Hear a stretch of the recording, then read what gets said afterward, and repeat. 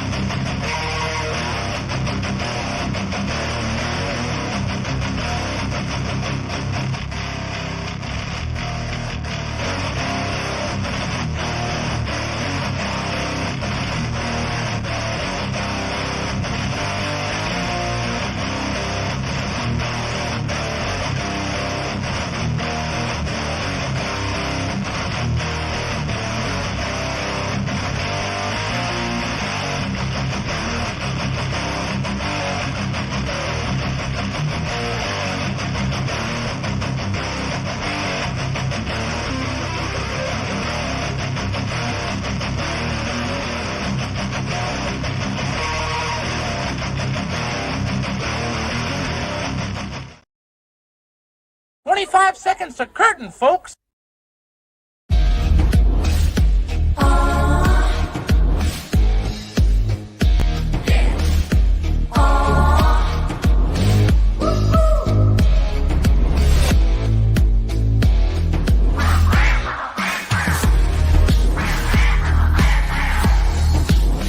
Your favorite podcast is Critical Blast. Ladies and gentlemen, please welcome Crystal McGhee.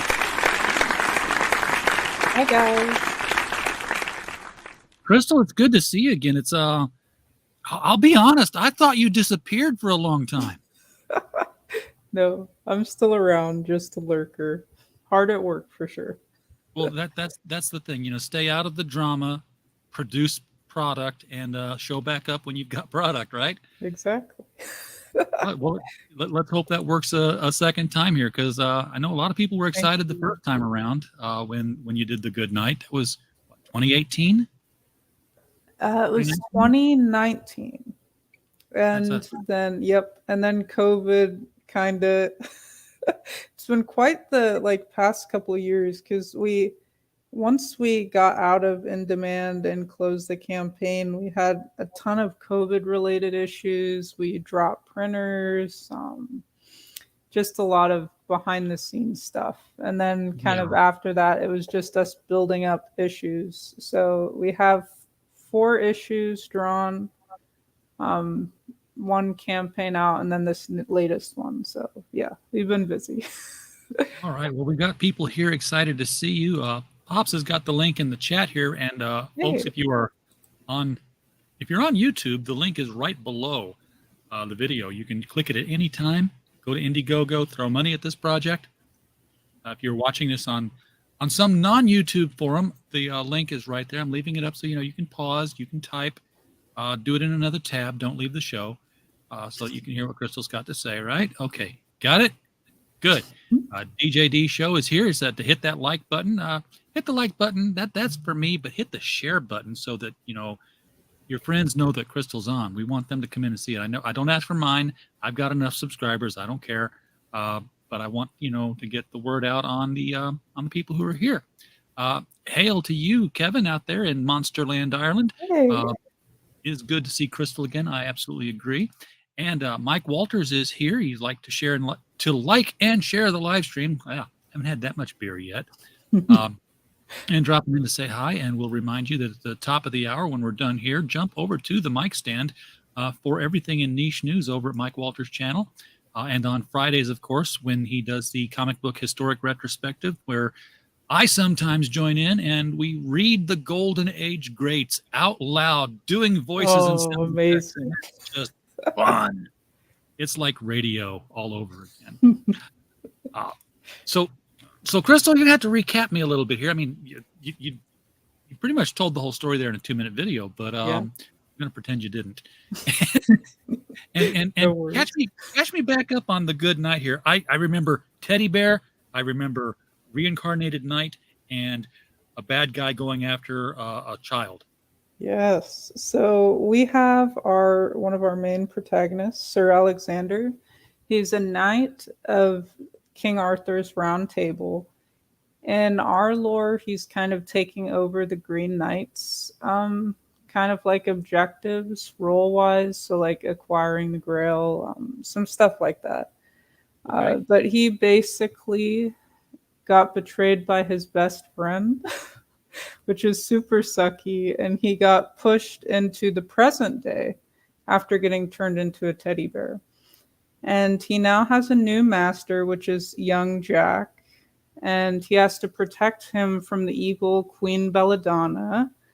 And she's kind of inspired by Medusa as far as like design. She does have pretty cool 6 arms, so that's pretty neat. She's kind of like from a people that are spellcasters on her world, and they can rattle off 3 spells while you only have 1 with your 1 set of hands. So okay. It makes them pretty dangerous. Yeah. Now, is there any connection between Belladonna and Morgan Le Fay, with whom we would expect Alexander to have had some conflict with? So yes, Morgan is a separate character. And you'll also see characters like Merlin. King Arthur is still alive. He's just kind of like in a cryo sleep, because Sir Alexander's goal for getting the Grail was kind of to help King Arthur's ailing health. Happened, and he got pushed forward in time.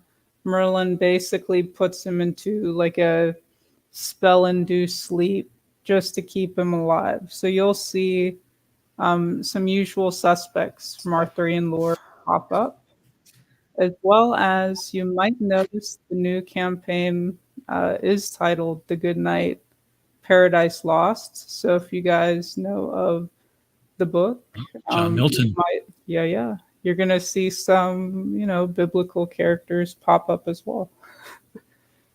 I actually have read Paradise Lost. I read Paradise Lost out of school.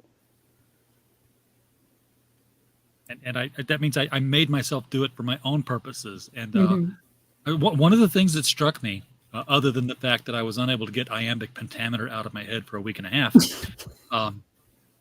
and I started speaking in it all the time. People looked at me like I was weird.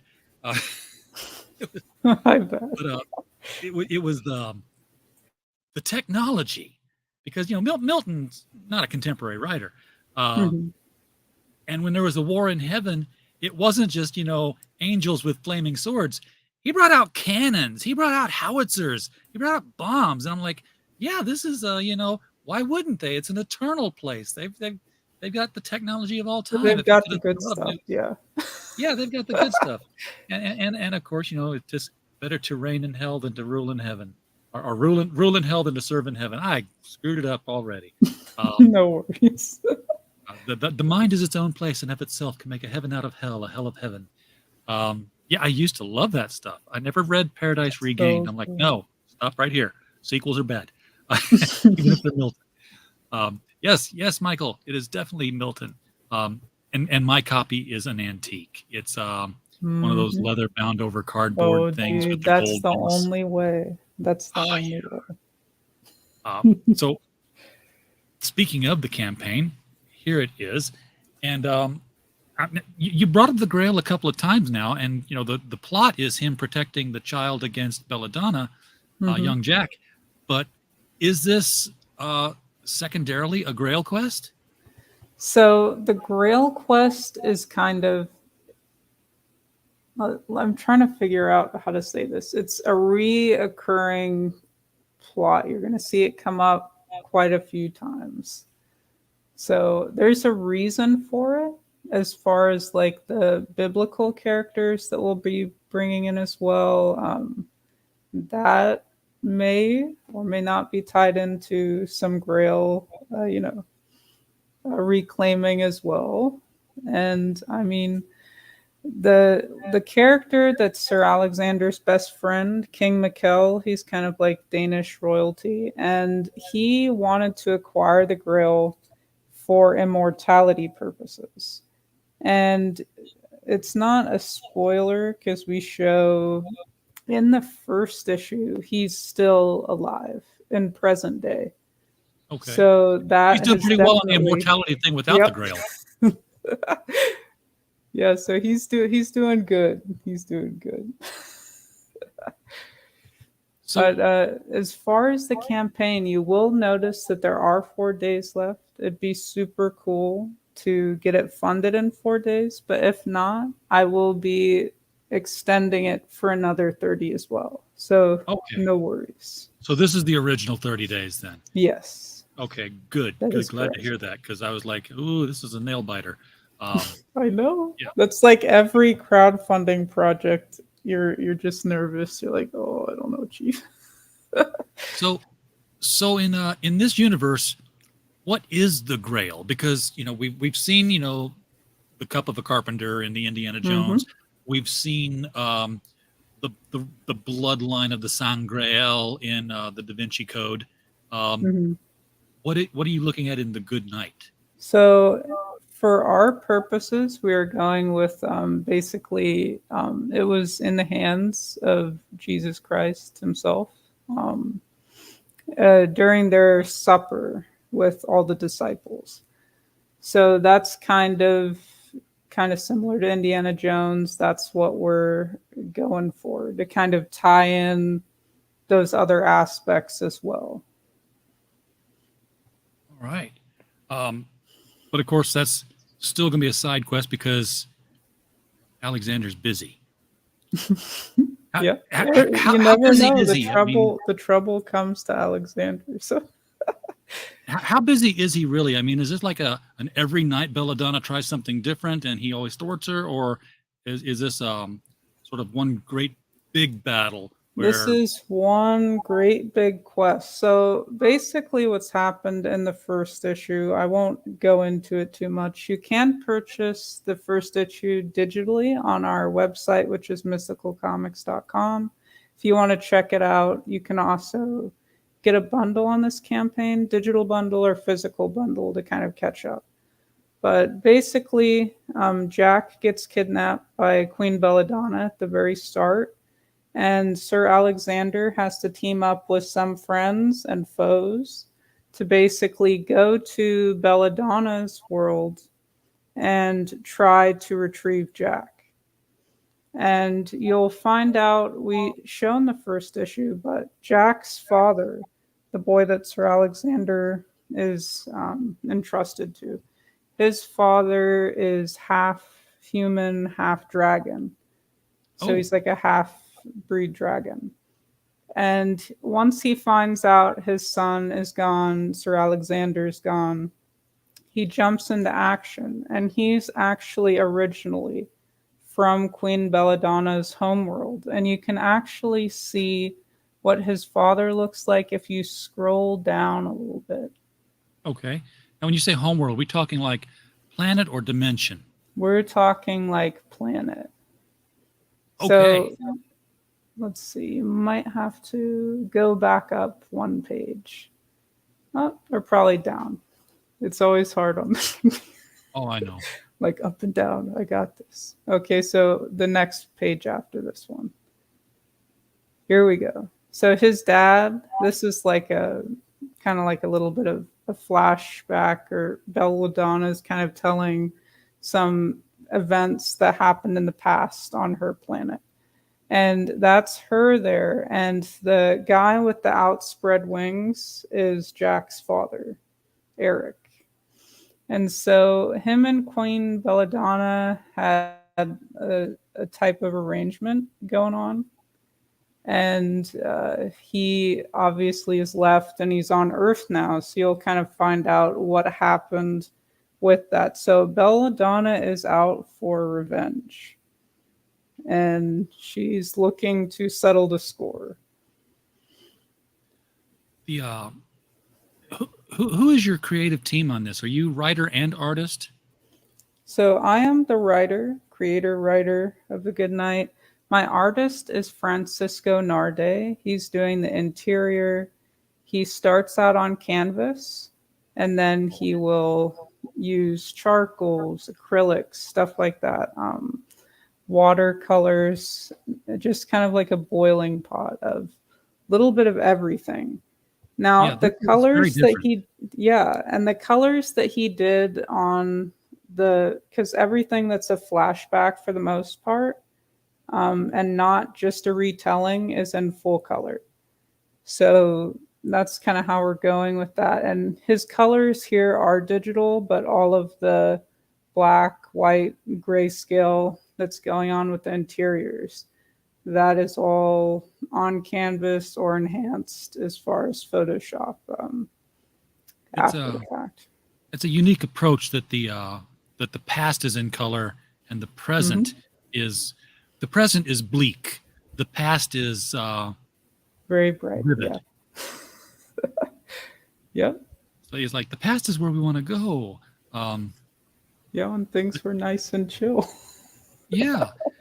And I mean, it's got a very much of a Richard Corbin look to the art here. Oh, yes. With the shading and the detail, and the blurring. Also, yes, there's the guy that did the artist that did Jumanji. I'm forgetting. Chris Van Allsburg. I'm very bad with names, but he was kind of the inspiration as far as like the style is concerned, and Alex Ross, stuff like that I really like. And of course, Ninja Turtles, one of my favorite black and white comics, the original run. I love the setup here because you've got these demonic entities from another planet. You've got dragons. You've got the Holy Grail, and everything hinges on whether or not a teddy bear can pull this off. Yeah. And I mean, I've had people ask if Sir Alexander getting turned into a teddy bear is more of like a marketing thing or a gimmick. And it's as far as like we kind of addressed that in the first issue where Sir Alexander, he knows that he cannot be turned back into a human just because of how powerful King Mikkel's magic is. And in our universe, there's certain people that kind of have like permanent magic. There's no way to break that. So he is fully stuck as a sort of teddy bear. And he kind of goes through in the story some ups and downs as far as his kind of just acclimating to this change. Yeah, I mean, his future love life's out of the question now. Come on. I know. He used to be a ladies' man, and like that's no more. Hey, he'll get a lot more cuddles now. Exactly. But that's pretty much it. And I've had people ask if he's like full of stuffing or if he has like a skeletal system. I was going to. He does have a skeletal system. Okay, so if you cut him, he does bleed. Yep. And the only way to destroy him, because he is immortal somewhat, if you fully like burned his body, he would be dead. But you can, kind of like just like a teddy bear, you can just kind of magically put him back together. Okay, but since he's not full of stuff and he is, blood and bone, he's not really a teddy bear. He's an Ewok. An Ewok? That's adorable. Yeah. Because he does have human-like eyes. Some people have asked if it's button eyes. Nope, those blue eyes that he had as, a human are still there. They're just more, I guess you could say, like animated, like a teddy bear's would be. And there's a reason for him getting turned into a teddy bear, and we kind of go over that. That's kind of like between him and his friend. It's like a personal burn. Well, if this was being done for marketing, there would be a stuffed bear on this campaign. So, and there's not. So cute. Oh, if you want, I can hook you up with people that do this thing. I've made a lot of connections in my time here. That's awesome. Yeah. It's like after the stream. Yeah. We got more people in the chat here. Reaper is here. Glad to see you, my friend. Hello. Woody has also popped in. I don't know why you would sew buttons on your underwear, but whatever floats your boat and holds them up, I suppose. Okay. Definitely hit that like button. Thank you again. Captain Finity is here.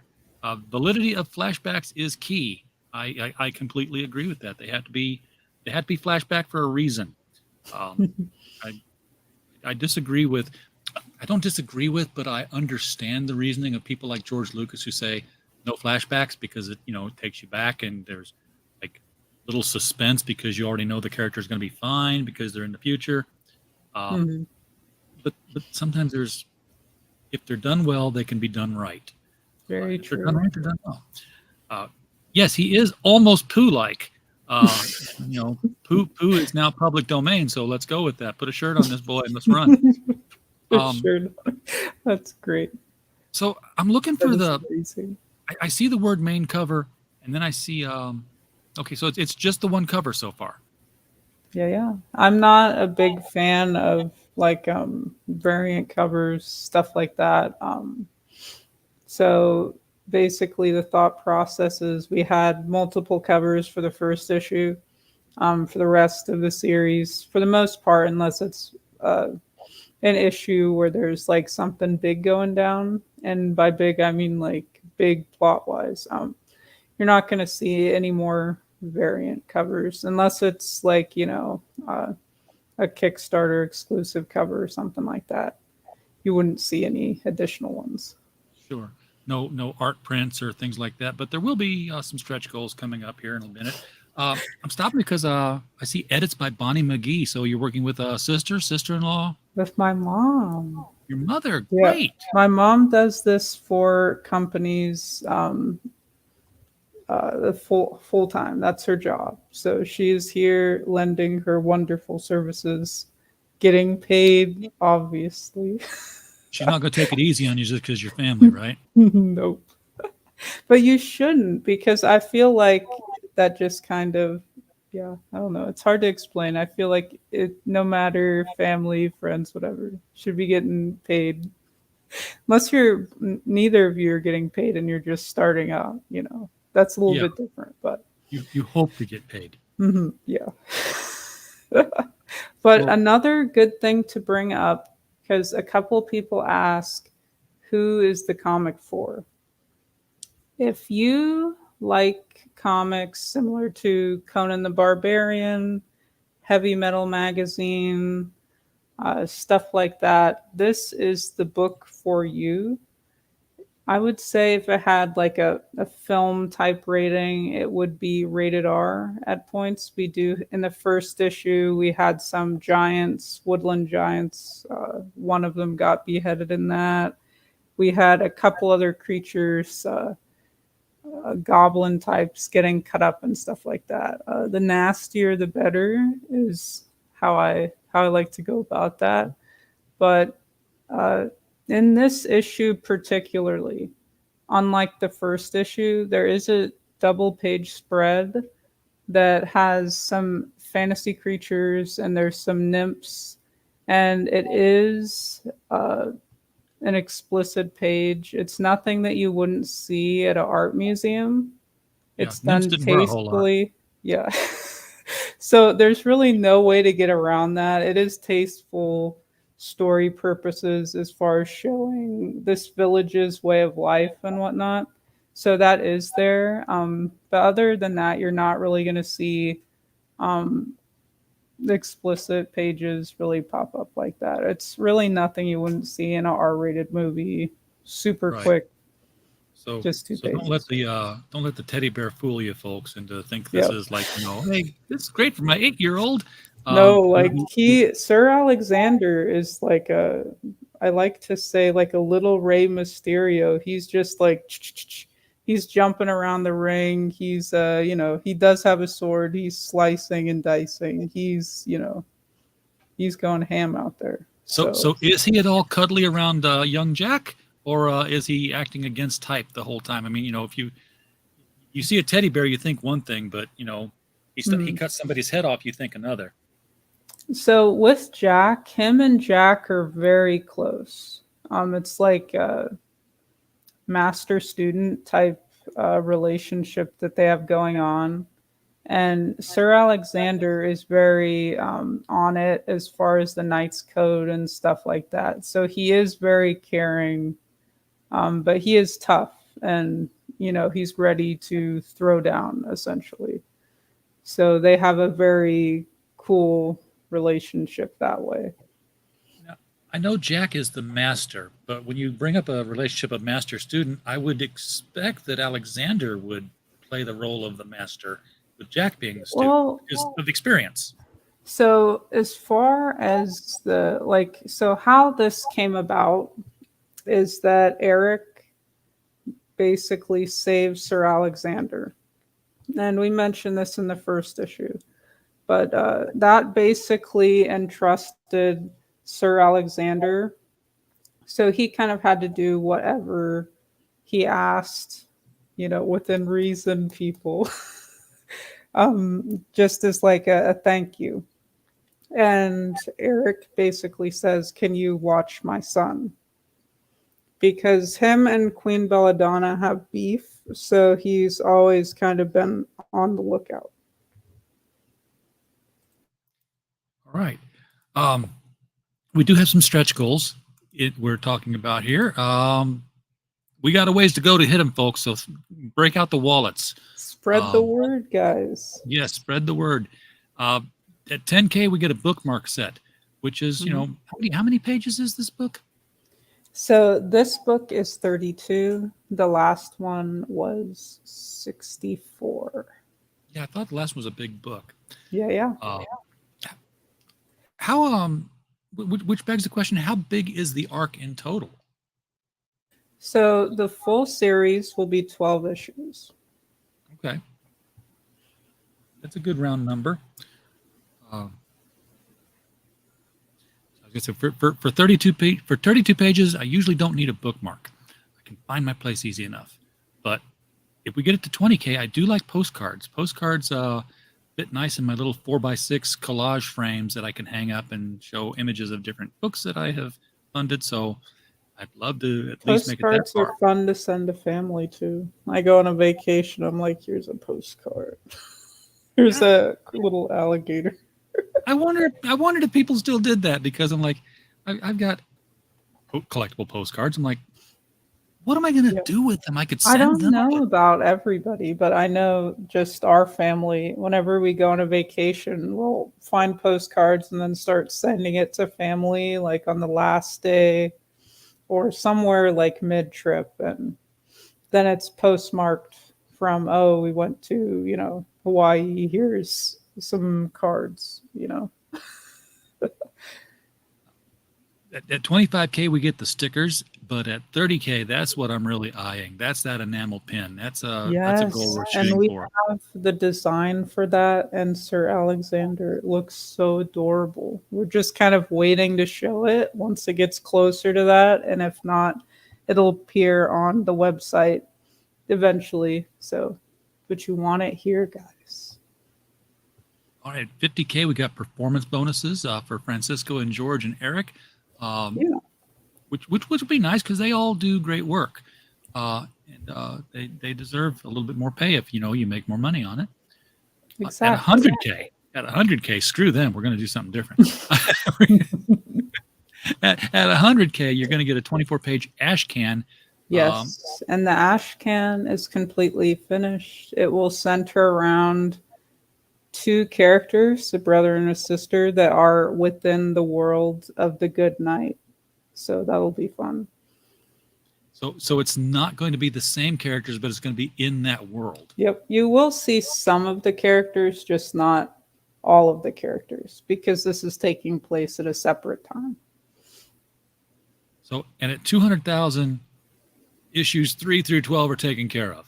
Yep. Woohoo. And Francisco Nardi, he's hard at work. He finished all of the interiors for issue 3, and he's already moving on to issue 4. And last I checked, he's making pretty significant headway there. So we're chugging along, and yeah, it's pretty exciting. Yes. Just assume that it's going to work, and then come back when it does. It's amazing, how much faith can motivate something to completion. So you've got a very simple set of tiers. I like that. There's 4 of them. Hey, get the book. $25. Get the book. Shipping in November, right around the corner. So not a big long wait. $10. Get both of the books in digital. Have them right there in your hands or right there on your screen to read. And if you get them here on the campaign, you'll actually save a couple of bucks compared to the website. But if you do want to kind of check out the book, you're not sure if you want to back the book just yet, check out the digital on our website, and you can see the full 64 first issue and kind of see how you feel with that. And then you can back if you feel led to do so. Yeah. Narrator's voice. You're going to want the book. For $45, you can get both of them in hard copy, not hardcover, hard copy, paper. And then this, I wanted to look at this one. What is the MVP package here? You get so the MVP package with how Indiegogo works. I just want to add in real quick. I've added that there is a reader copy, but for some reason that didn't go through or whatnot, and there's no way to change it after. But I did do a Q&A in the little frequently asked questions part that does clarify there is a reader copy as well. You're not just going to get like 2 graded comics and then nothing to read. So don't worry, guys. So you'll get a reader copy of 1 and 2. You'll get issue 1 and 2 graded, ready to go, and a challenge coin. And the challenge coin design, for right now, the design that we're looking at has Queen Belladonna on it. So if you like, some TNA and you like 6 arm chicks, that is, that's kind of what we're going for. I write the Remo Williams books, the Destroyer series, and one of the people he goes up against is a big boobied 6-armed sex pot named Kali, the Indian goddess of destruction. Quite a combo. Yeah, so I'm familiar. I can relate. Get in on this, folks. Break out the wallets and do what you're supposed to do, which is fund these things. And also, if you're unable to back it, that's completely understandable. You can always share it out. You'd be surprised, especially with the first campaign, because I'm a writer and script doctor, and I have worked on some stuff for the Big Two is like in a ghostwriter capacity. But this is my first comic project.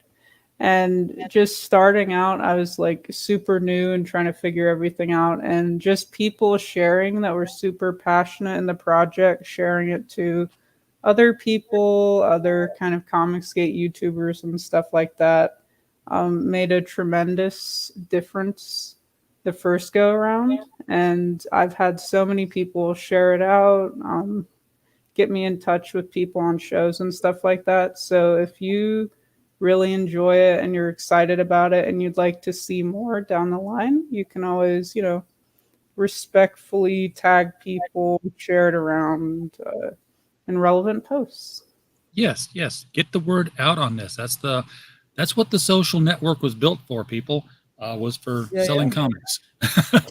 Yeah, you said you were a ghostwriter for the Big Two, and for the longest time, I didn't think that existed in comics until I think somebody said it was Dan Slott was hiring ghostwriters, and he was putting his name on things. Like, that's not right. I mean, I know ghostwriters exist for the Hardy Boys and stuff. The good thing about ghostwriting and script doctoring, which is what I do, you get paid well, but it's not building your portfolio. So I've been doing this since I was out of high school. I won a writing competition, and I just kind of fell in line with writing and script doctoring and kind of ghostwriting.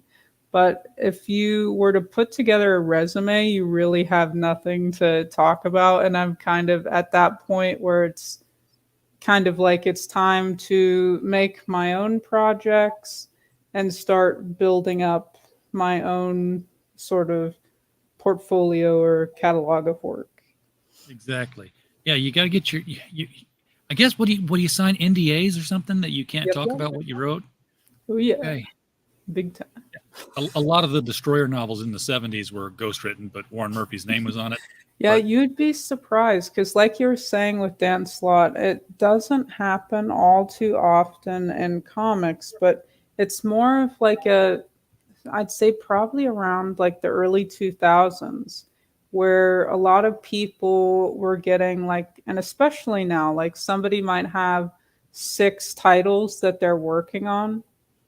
And I'm a pretty fast writer, but not a lot of people are, some people are really quick. Some people, it takes a little bit of time to refine those words. So it just kind of depends. And even just exhaustion.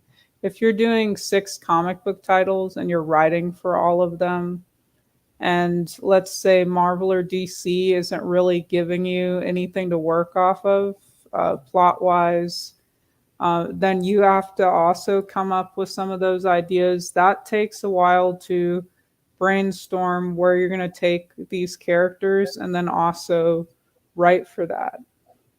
So it's eventually people will get worn out and they will call upon, the services of, somebody to come in and ghostwrite for them.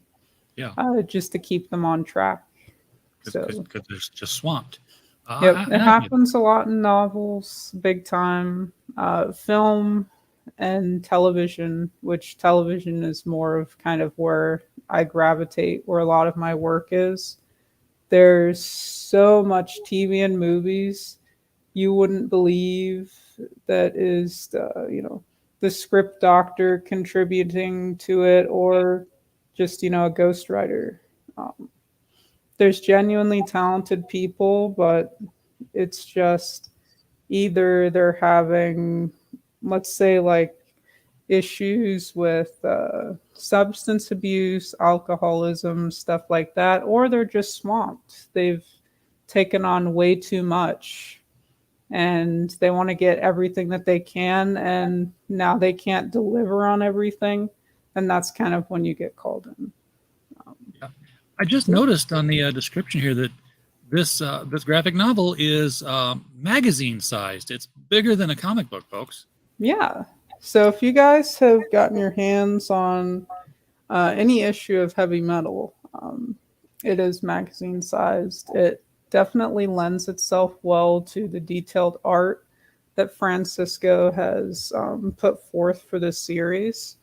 So you'll see all of this like wonderful, crazy Lord of the Rings style, fights that are going on, and it's bigger format, and you'll be looking at it for a while. So it helps if it's a little bit bigger. All right, well, folks, you know what to do. You bought.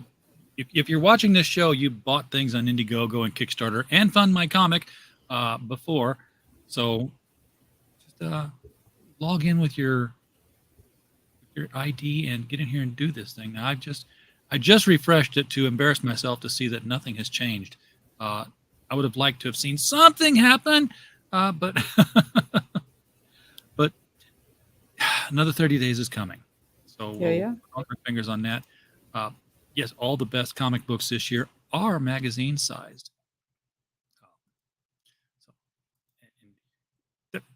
I hear there's a lot of plot holes out there, but you know, Sean Gordon Murphy's book isn't getting a whole lot of copies, unless you're talking about different plot holes.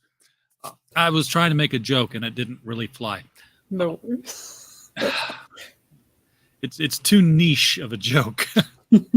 Well, anyway, it's right there on Indiegogo, folks. The Good Night Paradise Lost #2. The link is right below this video if you're watching on any of the YouTube channels that we're currently simulcasting on, which includes the Critical Blast channel and the Comics Related Madness Network. We're also streaming to Facebook, Twitch, and Twitter right now. Those won't have the description, but you saw it earlier, and just for good measure, I will highlight it again so that you can pause, type, hit enter. Okay, now you're there. Crystal, thank you so much for coming on the show and reaching out to bring your book to us. I appreciate that. no problem. Happy to have you anytime, any issue, during the extension, whatever. You want to get on here and talk about the Good Night, you let me know. We will find you a night. Sounds good. I appreciate it. Folks in the chat, thank you so much for being here tonight. We don't have a show without you guys. We're just a podcast falling in the woods otherwise. So we're always happy that you're here. And of course, while you were here, as always, we just hope you had a blast. Good night. Later.